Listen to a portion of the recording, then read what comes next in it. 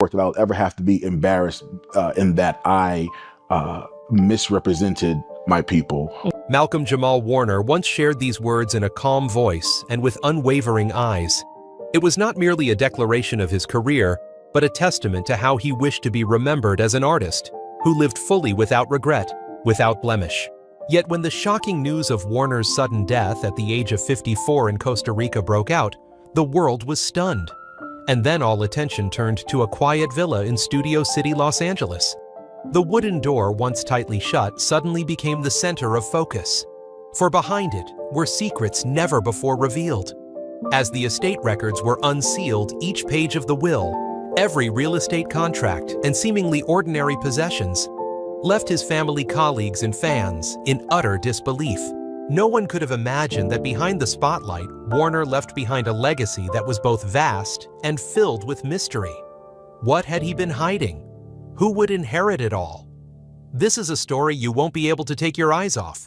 Stay with us to the very end, and don't forget to subscribe to uncover all the secrets. From Huxtable boy to multi-talented artist, there's one question. Many have always wondered, did Malcolm Jamal Warner ever imagine that his life would forever be tied to a teenage character? In 1984, at just 14 years old, Warner appeared on television in The Cosby Show, the hit sitcom that became a cultural phenomenon in America. He instantly transformed into Theodore Theo Huxtable, the mischievous yet sincere and warm-hearted son in an idealized African-American family. It wasn't just a role, it was the turning point that launched a career spanning over 3 decades and became part of the childhood memory of tens of millions of viewers. Over 8 seasons from 1984 to 1992, The Cosby Show averaged 30 million viewers per episode, a massive number for its time, and Warner became one of the most beloved faces on screen. The role of Theo Huxtable even earned him a Primetime Emmy nomination in 1986 for Outstanding Supporting Actor, a rare feat for someone so young. But Hollywood is never just a path paved with roses. After the dazzling spotlight of The Cosby Show, Warner had to confront the massive shadow cast by the character Theo. Fans continued to see him as the boy he once played, and he was often denied roles by producers who feared audiences wouldn't accept him in a different image. However, instead of giving in, Warner chose to forge ahead. In 1996, he returned in the lead role of the sitcom Malcolm and Eddie, which ran for 4 years with over 80 episodes offering a more mature and refreshed version of himself. While the show didn't cause a sensation like The Cosby Show, it proved that Warner could stand firmly on his own. Alongside television, Warner explored various roles in series like Community Read Between the Lines 911, as well as guest appearances in The Fresh Prince of Bel-Air Suits and Dexter. These roles, big or small, demonstrated his versatility and relentless effort to break free from his past image. Notably, Warner also took on the role of director, stepping behind the camera for several TV episodes, showing that he aspired to be more than just an actor. He wanted to be a multi-dimensional artist. Yet Warner didn't stop at the screen. A lesser-known passion had accompanied him for a long time: music. He formed a jazz-funk band and frequently performed in clubs around Los Angeles. In 2013, Warner surprised many by winning a Grammy Award for Best Traditional R&B Performance with the song Jesus Children, a tribute project honoring Stevie Wonder. It wasn't just a personal victory, it was proof that he was a true artist, capable of shining across different fields. Music allowed Warner to escape the boxed-in image on screen and become a distinctive voice in popular culture. In addition to music, Warner was also a poet. He often performed poetry over music, blending spoken word with jazz to create a unique, expressive style. Many fans even dubbed him a poet of a new generation, as he used language to touch on difficult topics like race, justice, and love. This fusion made Warner not just an actor or musician, but a storyteller across multiple forms of art. What made the public love Warner even more was the simple, positive image he built in everyday life. In contrast to many Hollywood stars caught up in fame, Warner chose a quiet lifestyle, focusing on family and community projects. In a 2020 interview, he once said, "I don't need loud fame. What I want is to see Black kids grow up believing they can become whoever they want to be." That statement encapsulated who he was, a man who understood his social role and sought to use his influence to create positive change. And he didn't stop at words. Warner actively participated in many community programs. He appeared at educational events, worked with youth, and shared his story to encourage them to pursue education and dreams. He was often seen speaking at small gathering schools or community centers, talking directly to the younger generation. It was these actions more than any awards or roles that truly made him an icon. The public also remembers Warner as a podcast host. In 2022, he co-founded Not All Hood, a show that discussed social issues, culture, and the African American experience. The podcast quickly gained a large audience, proving that Warner's voice still carried weight even after stepping away from mainstream screens. Behind it all, perhaps Malcolm Jamal Warner's public image was built on a rare kind of balance. He was a star but never lost himself in the spotlight, an artist but one who never forgot his responsibility to the community, a celebrity yet always humble and private. And it is this very career, with all its brilliant struggles and quiet depth, that forms the backdrop to understanding why the legacy he left behind, from assets and real estate to the mysterious will, shocked the world when it came to light. Million-dollar properties and an unexpected estate. If his artistic career made Malcolm Jamal Warner a part of childhood memories for millions, then what he left behind after his passing revealed another side of him. Warner was not only an artist, but also a thoughtful investor, a man who cherished home and family, and the owner of properties that marked different chapters of his life. These homes, once seen as mere places of residence, have now become central to a legacy that has stirred global curiosity. It all began in 1994, when Warner, at just 24 years old, demonstrated a level of maturity uncommon among his peers. While many young stars fell into a lifestyle of parties and reckless spending, he quietly purchased a home in Studio City, Los Angeles.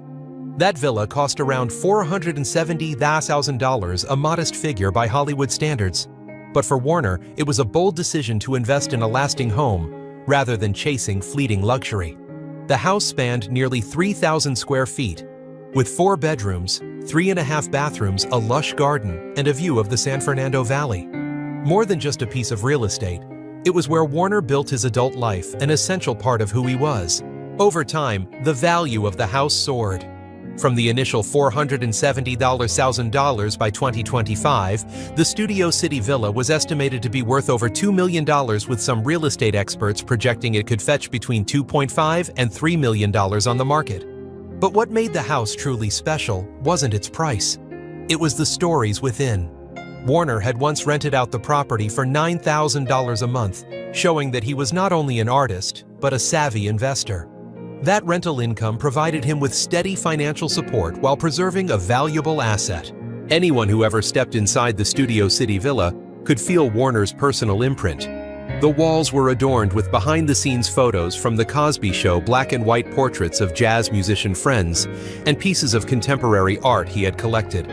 In the living room stood an electric bass guitar beside a tall bookshelf filled with works on history, philosophy, and black culture.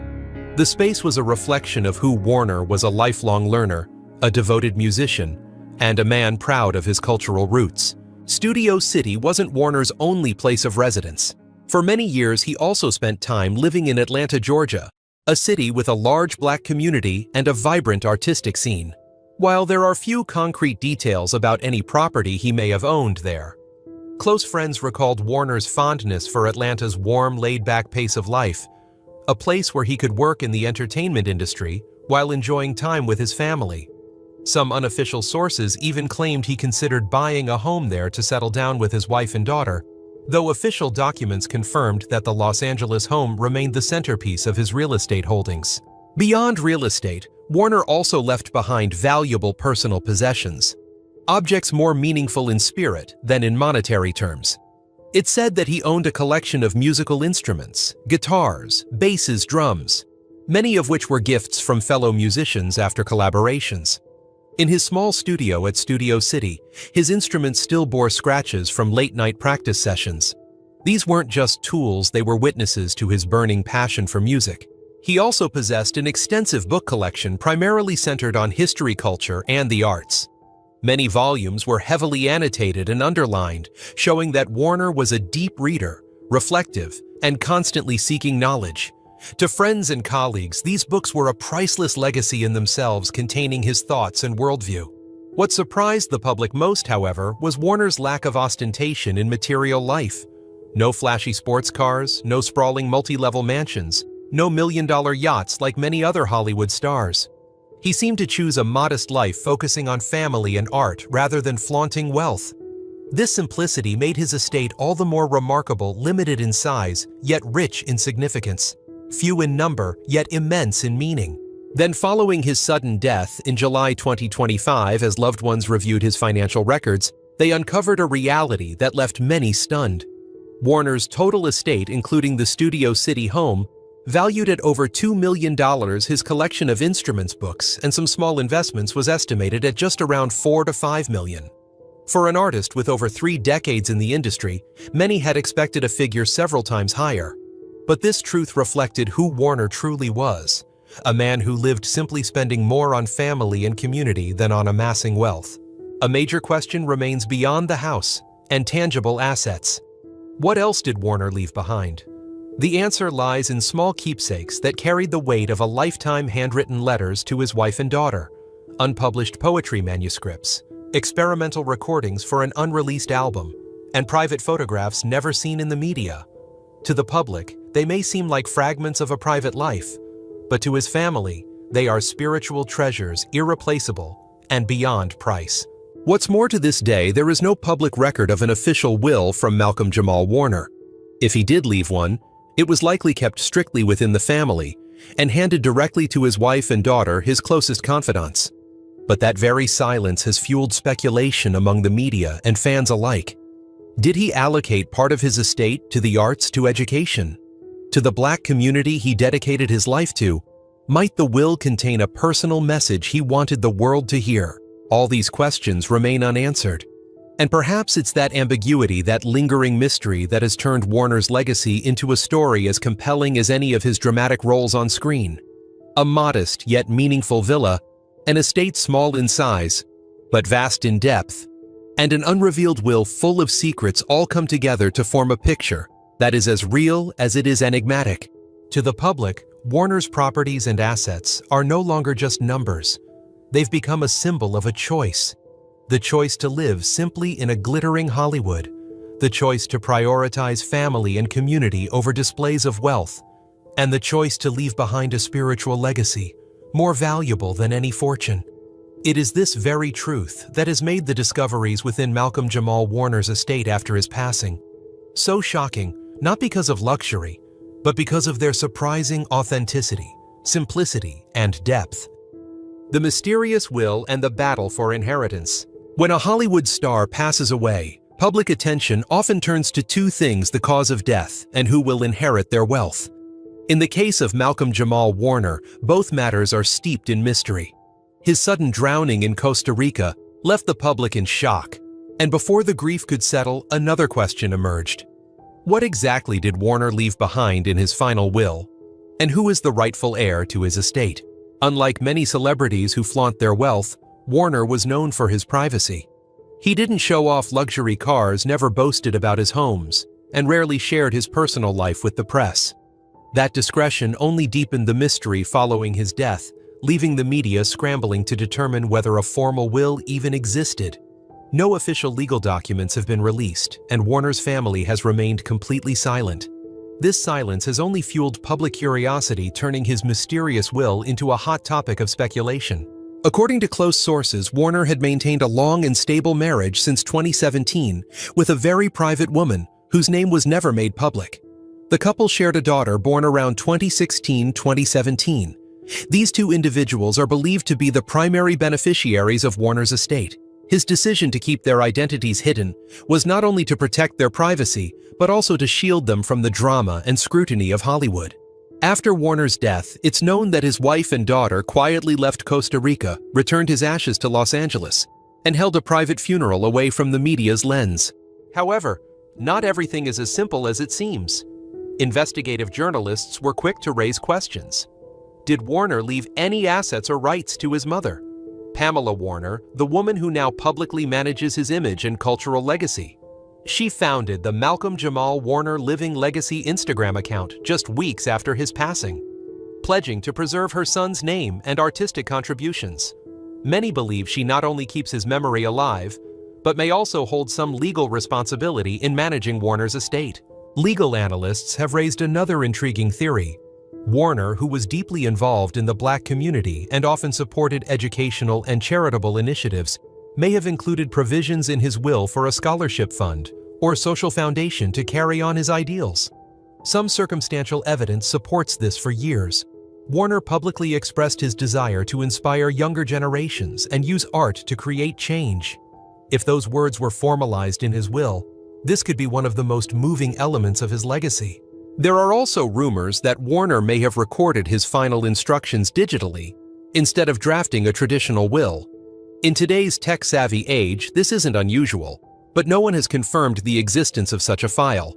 If it does exist, its contents could be explosive, potentially revealing intimate intentions Warner never disclosed publicly. Meanwhile, legal experts in California, where Warner owned his Studio City villa, affirm that if a person dies without a valid will, their estate is automatically distributed under state inheritance laws. This would mean Warner's wife and daughter would directly inherit everything. Yet in reality, the division of an estate is often far more complicated, involving film and music royalties, intellectual property rights, and pending contracts. Warner had participated in a variety of creative projects from television and jazz music to podcasting, so the value of those royalties may continue for years after his passing. The pressing question becomes, who will manage them, and for whose benefit? Adding to the intrigue is the reappearance of people from Warner's past, stirring further speculation. Warner had a deep romantic relationship with Michelle Thomas, his co-star on The Cosby Show, before she passed away from cancer in 1998. He later had long-term relationships with Karen Molina White and actress Regina King. Though these relationships ended years ago, some media outlets have asked, did Warner leave any keepsakes or part of his estate to the women who once played significant roles in his life? While this scenario seems unlikely, the speculation only intensifies public fascination. All these unresolved elements make Warner's will the missing piece in the puzzle of his life. The public knows he owned multi-million-dollar real estate, an extensive collection of instruments and books, and held various small investments. But how these assets are to be divided among family, his mother, or the community remains an open question. This lack of transparency only adds to the allure, turning Warner's estate into more than just financial matters. It has become a cultural and social narrative. The one thing that is certain at this point is that no matter what the will says, no matter who receives the assets, the greatest thing Malcolm Jamal Warner left behind is his spiritual legacy. He was a generational icon, a face embedded in the history of American television, and an artist who chose a life of simplicity and contribution. And perhaps the very ambiguity surrounding the division of his estate makes his story all the more compelling, like a film without a final scene. The public now waits, hoping that one day that will might be revealed, so we may all understand more clearly what Warner truly intended to leave behind before his departure from this world. Family love and overlapping relationships.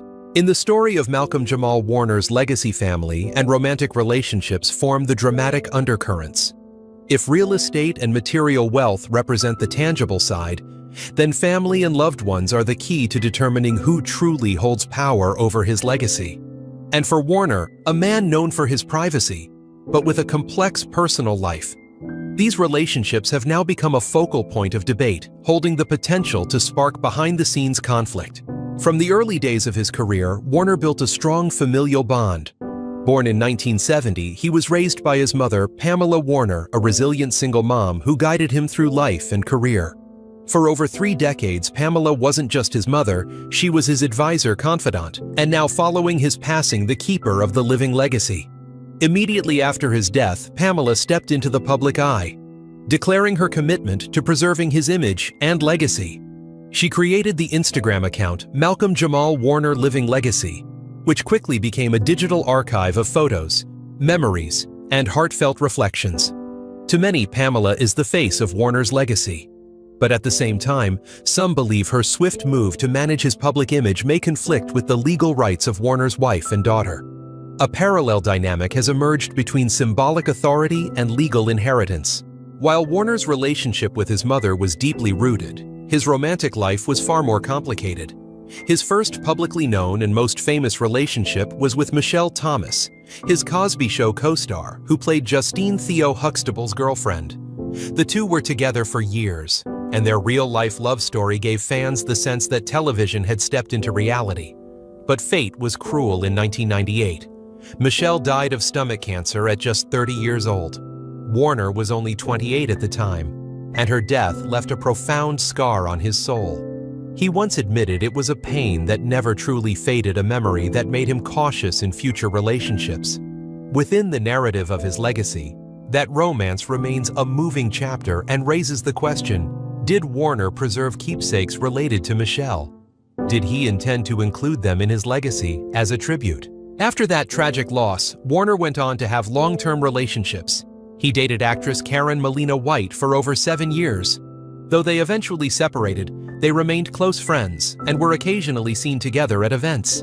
Karen never revealed much publicly, but many believe she may have been given personal mementos or keepsakes in Warner's estate. Another widely discussed relationship was with actress Regina King, the future Oscar winner. The pair went public around 2011 and split in 2013. Though brief, their relationship drew intense media interest due to King's high profile. To this day, some tabloids continue to speculate. Did Warner leave anything behind connected to King realistically? This seems unlikely as the breakup was amicable. But the allure of their names keeps the rumors alive.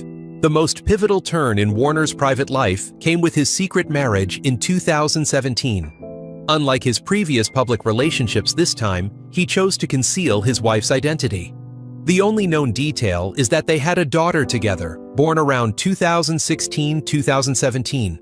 To this day, neither the wife's nor daughter's name has been publicly disclosed. Warner fiercely protected their privacy, never sharing his daughter's image online, never appearing on red carpets with his wife. That silence only deepens public curiosity. Who is this woman? And where does Warner's daughter stand in the story of his legacy? According to California inheritance laws, Warner's wife and daughter are the default legal heirs. Yet the complex dynamic with his mother, Pamela Warner, combined with his deep past connections, creates a multi-layered picture. Even a small clause in his will, leaving part of his estate to his mother, or establishing a charity in Michelle Thomas's name, could spark controversy.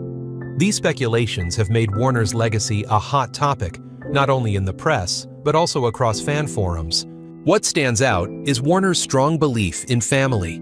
In many interviews, he emphasized the love he held for his daughter, calling fatherhood the most important role of my life. For that reason, many believe his daughter is likely at the heart of his will, not only in terms of inheritance, but also in artistic ownership, music rights, unpublished notes, creative works. If true, this young girl will hold the future of Warner's legacy, an enormous responsibility, and one that no one yet knows how the family plans to navigate. Meanwhile, the media continues to revisit his past relationships, evoking romantic chapters imprinted on Warner's life.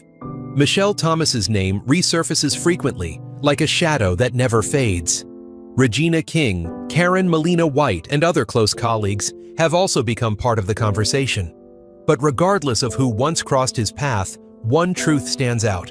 His core family, his wife and daughter, and his mother Pamela are the central figures in this inheritance narrative. And the relationships between them, 3 generations of women linked to a man now gone, may become flashpoints for potential conflict. Looking at the full picture, Warner's personal life, seemingly serene, was layered with hidden tides. From the tragic love with Michelle, to long but unfulfilled relationships, to a secret marriage and sacred bond with his mother, all of it creates a complex web that directly influences how his legacy will be divided. And because the official will has yet to surface, each relationship becomes a potential suspect in the public's imagination, who will be named in Malcolm Jamal Warner's final words. That question still lingers, generating a pull as captivating as any dramatic role Warner ever played. And like the episodes that kept audiences on edge, the public continues to follow every move made by the Warner family, waiting to see how the truth will finally come to light. The shocking reactions. Following a sudden death. On July 31, 2025, when news broke that Malcolm Jamal Warner had drowned in Costa Rica, all of Hollywood fell silent. A star tied to the childhood memories of millions was gone. At 54, too soon for his unfinished plans to ever be realized. Yet what shook the public even more than his passing was the way his family, colleagues, and fans responded. Emotional fragments that intertwined grief, confusion, and a deeper recognition of the legacy Warner left behind. His family especially. His mother, Pamela Warner, was the first to speak out. In a statement sent to the press, she wrote that her son had passed peacefully without pain and had fulfilled his purpose in this life. Just days later, she launched an Instagram account titled Malcolm Jamal Warner Living Legacy, which began posting old photos, behind-the-scenes memories from The Cosby Show, and heartfelt reflections.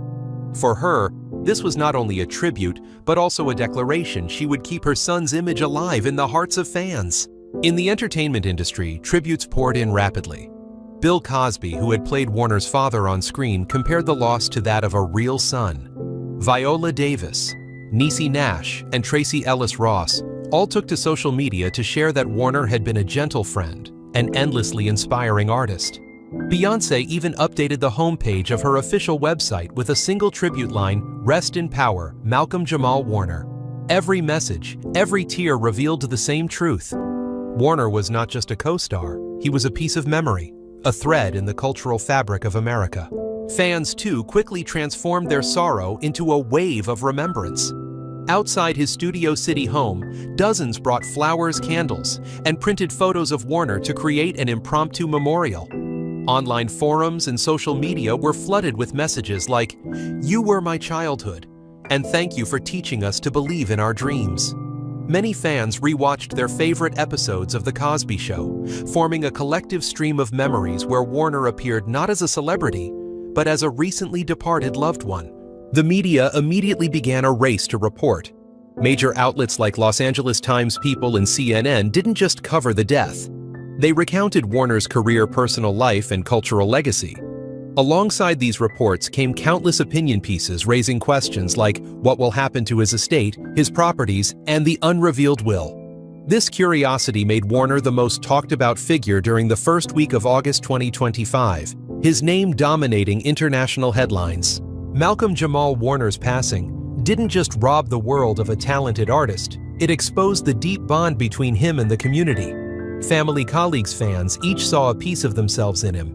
And that's what made the aftermath of his sudden death more than mere mourning. It became a collective yearning to better understand the legacy he left behind, both tangible and intangible. Malcolm Jamal Warner's sudden death not only left a void in the hearts of fans, but also unraveled a series of mysteries surrounding the legacy he left behind. From the million-dollar villa in Studio City to a will that has never been made public, everything has left the public stunned and more curious than ever. Warner may be gone, but what was uncovered in his estate will continue to be remembered as an unforgettable part of his legacy. So what is the ultimate truth behind these secrets? Stay with us and hit subscribe to make sure you don't miss the next shocking chapters of this story.